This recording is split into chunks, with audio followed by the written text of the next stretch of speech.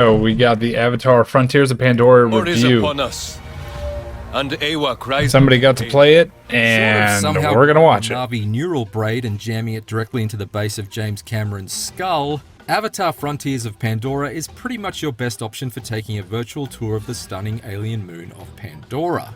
This open-world shooter serves up a staggeringly large slice of the fantastic fictional universe to explore.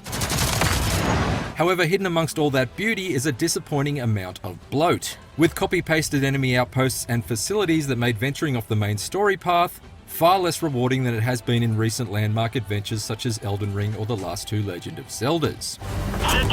Well, they did mention that I it's enjoyed the 25 hours I spent repetitive. trying to fend off a resource-hungry human invasion, but I wish the environment itself had presented me with more compelling reasons to fight for it beyond its surface-level splendor. They're doing the review here. Frontiers of Pandora. Set on an entirely new western Tears of the frontier Kingdom. continent, separate from the region where Jake Sully and family have played out 2/3 of an apparently 5-movie story arc, Frontiers of Pandora is an entirely standalone adventure with only minor references to the events of the films and, thankfully, not a single utterance of the word unobtainium. At least, not that I can recall. Some Avatar driver named Jake Sully went full native, turned the Na'vi on us. That's why you can't trust any of them. Even so, its overall story arc doesn't stray too far away from the established series formula. Humanity's Colonizing Resource Development Administration, or RDA, is an oppressive force in the western frontier with its numerous mining facilities. Yeah. It's up to us, playing as an unnamed Na'vi raised in captivity, They took us from our families. to unite the 3 isolated Na'vi clans in the region and make a stand against invaders hell-bent on doing more damage to the natural habitat than actor Sam Worthington has done to the American accent. Is this right? I just say whatever to the video log? Broadly speaking, I was happy to step into the Kevin Durant-sized feat of the eco-warrior spearheading the uprising. Man, it looks I good. never became particularly bonded with any one character in Frontiers of Pandora. That's possibly due to the fact that the countless Na'vi clan members I met over the course of the journey were largely indistinguishable from each other in looks and had exotic-sounding monikers that were easily mixed up in my middle-aged memory. I can barely keep track of the names of my kids' best friends, let alone discern the difference between one character called E2 and another called E2a. Well, you certainly made an impression. Furthermore, Frontiers of Pandora's 2 main antagonists, RDA bad guy businessman John Mercer and his head of military muscle General Angela Harding, barely have a presence for the bulk of the campaign. Instead, they're mainly encountered via sporadic video communications, as though there's been an outbreak of cat-person COVID, and they've been left with no choice but to taunt you via Zoom. Get your filthy blue hands! Neither are ever really confronted in a physical sense, and their fates effectively remain undetermined as of the end of the story, which left me feeling slightly underwhelmed as the credits rolled. Get rid of them.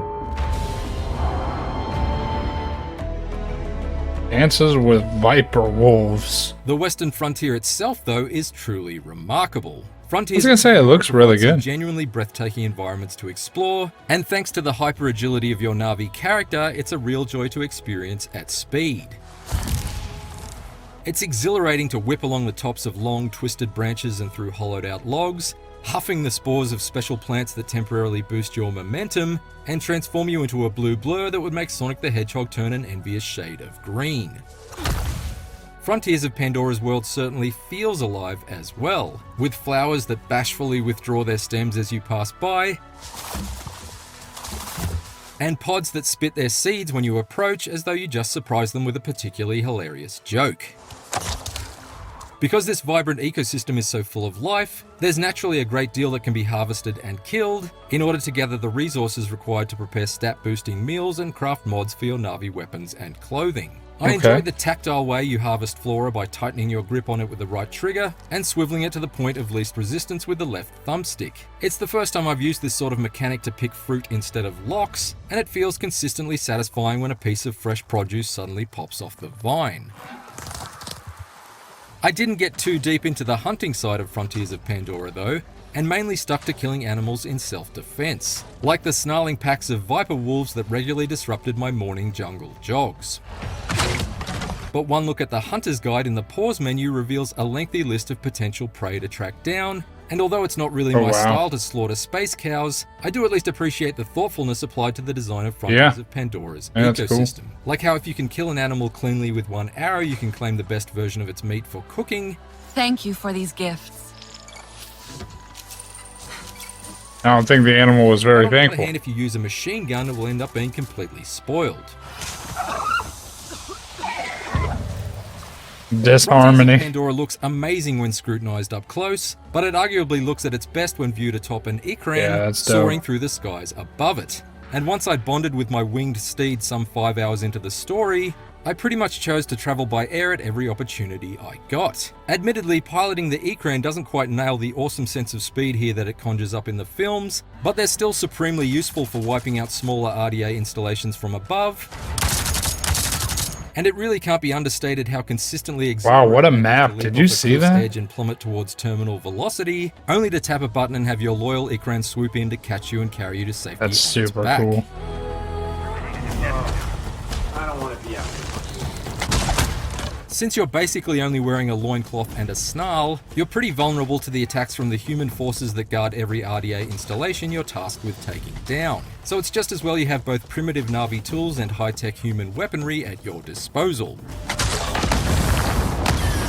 Collectively, Frontiers of Pandora's arsenal seems pretty limited compared to those featured in Far Cry 6 and Horizon Forbidden West, but there's enough here to get the job done. Yeah, look at that Specifically, I shotgun. relied mostly Damn. on the Na'vi longbow for sniping ground troops, the assault rifle for shredding aircraft from a distance, and the surprisingly overpowered shotgun to reduce the RDA mechs into piles of sparking scrap. Jesus. More powerful versions of each weapon class can be found hidden throughout the world or as rewards for completing side quests, and equipping the most optimal gear in your loadout boosts your overall combat level in a similar way to Destiny or Yeah, it Division. looks really good. In turn, each main story mission or side quest is marked with a recommended combat level, but in my experience it didn't seem to pose too much of an additional challenge if I went into a mission under-leveled, at least on the default difficulty setting. I'm not going down so easily.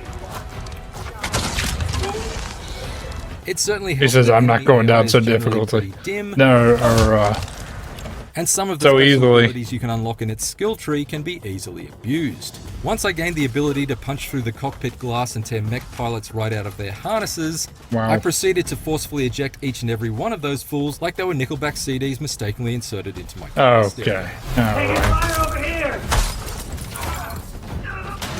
Frontiers of Pandora's final fistful of missions do raise the stakes and up the enemy numbers substantially though, and it made for some terrifically tough and tense encounters. Yet while I appreciated these more fierce and close-quartered forms of firefights against far more heavily armoured and agile mechs, there were certain times where I couldn't be quite sure if I was being challenged or simply cheated. In some instances, it felt like enemies were infinitely respawning. In others, it appeared they had a supernatural sense of my location at all times. And most frustratingly, there were a number of occasions where I was clearly being shot through cover.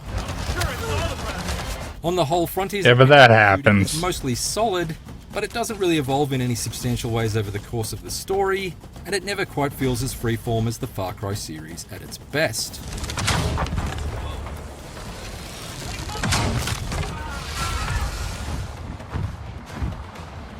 New look HUD navigation. clutter has long been a concern for Navigation. many of Ubisoft's open-world adventures, but to its credit, Frontiers of Pandora has taken a Marie Kondo-style clean-out to its presentation. And although it took me a while to adapt to not having my hand held as much, I ultimately found it to be a change for the better. Navigating the world relies largely on the use of your Na'vi sense, which momentarily highlights interactive objects in your surroundings, as well as the general direction of your currently tracked objective. But these highlights quickly fade from view once you release the Na'vi Sense button and afford you an unimpeded view of your surroundings. There were occasionally times where I did lament the absence of a mini-map, like when I found myself running in circles in one of the bigger Na'vi camps simply trying to find a weapons trader, but for the most part I enjoyed how Frontiers of Pandora's navigation allowed me to find my own way through the world, rather than just blindly follow a more strictly guided trail. Yeah, Just I mean, wish that's there were nice. better rewards for exploring off the beaten track though, because the more I moved around Frontiers of Pandora's expanse, the more of the same RDA mining facilities I would stumble upon, each requiring similar if not identical methods of lever pulling and exhaust vent shooting in order to sabotage them. In fact, both the main story missions and optional RDA installations have you repeatedly indulging in sabotage like you're a blue-skinned Beastie Boy. Affirmative! We're in retreat! And although it's an impressive effect to see previously polluted areas get reclaimed by nature, it all starts to feel a bit samey by the end. I can get behind the strong environmental message that Frontiers of Pandora shares with James Cameron's films, but this isn't exactly the sort of recycling I had in mind. Real nice way to say, yeah, you wasted my time. But nah, you're right. Verdict.